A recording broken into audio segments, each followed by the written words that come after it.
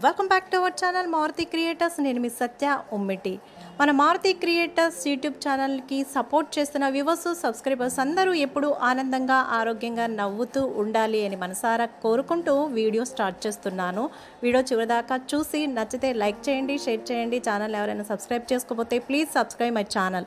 అలాగే అను devotional voice YouTube channel కూడా subscribe చేసుకోండి. దాని లింక్ని వీడియో కింద డిస్క్రిప్షన్లో ఇస్తాను. ఓం గం గణపతే నమః.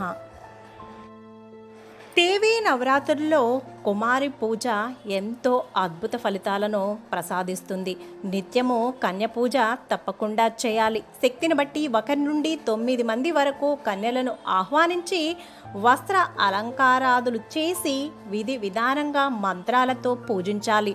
దీనినే కుమారి పూజ అంటారు.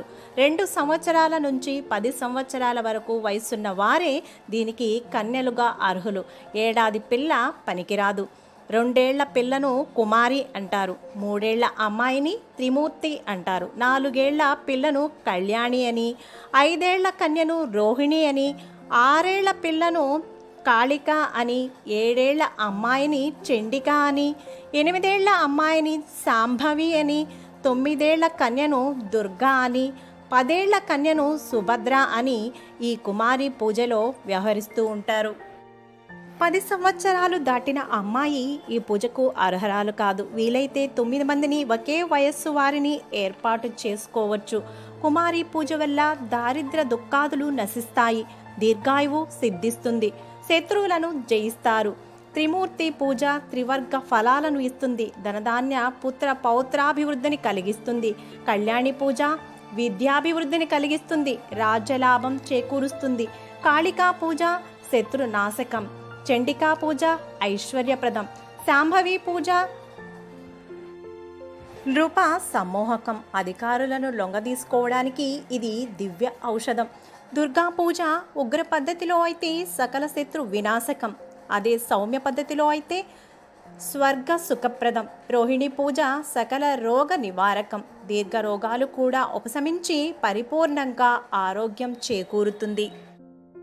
సుభద్ర పూజ వల్ల వాంఛితార్థాలు సిద్ధిస్తాయి. వీరిని అమ్మవారికి ప్రతిరూపాలుగా భావించాలి.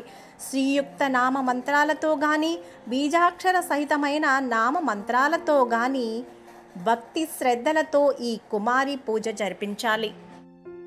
కన్యలను నూతన వస్త్రాలతో, పుష్పమాలికలతో, పరిమళ ద్రవ్యాలతో, సువర్ణ ఆభరణాలతో అలంకరించాలి.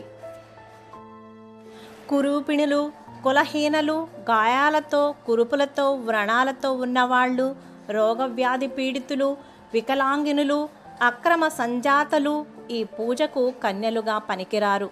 రూపవతి, ఆరోగ్యవతి, ఏకవంశ సంజాత, వ్రణవర్జిత మాత్రమే అర్హురాలు.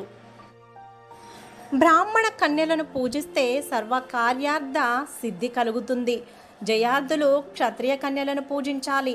లాభార్థులు వైశ్య కన్యలను, శూద్ర కన్యలను పూజించాలి.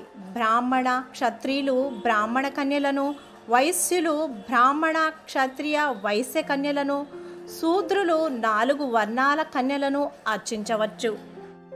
విన్నారు కదండి, దేవీ నవరాత్రుల్లో కుమారి పూజ యొక్క ప్రాముఖ్యత ఏంటో, కుమారి పూజ చేయడం వల్ల కలిగే అద్భుత ఫలితాలు ఏంటో. మీరందరూ కూడా కుమారి పూజ చేసి ఈ అద్భుత ఫలితాలను పొందాలని మనసారా కోరుకుంటూ వీడియో చూసిన అందరికీ ధన్యవాదాలు తెలియజేస్తున్నాను. వీడియో నచ్చితే లైక్ చేసి షేర్ చేయండి. అలాగే ఛానల్ని సబ్స్క్రైబ్ చేసుకోకపోతే సబ్స్క్రైబ్ చేసుకొని సపోర్ట్ చేయండి. Thank you for watching. Keep smiling.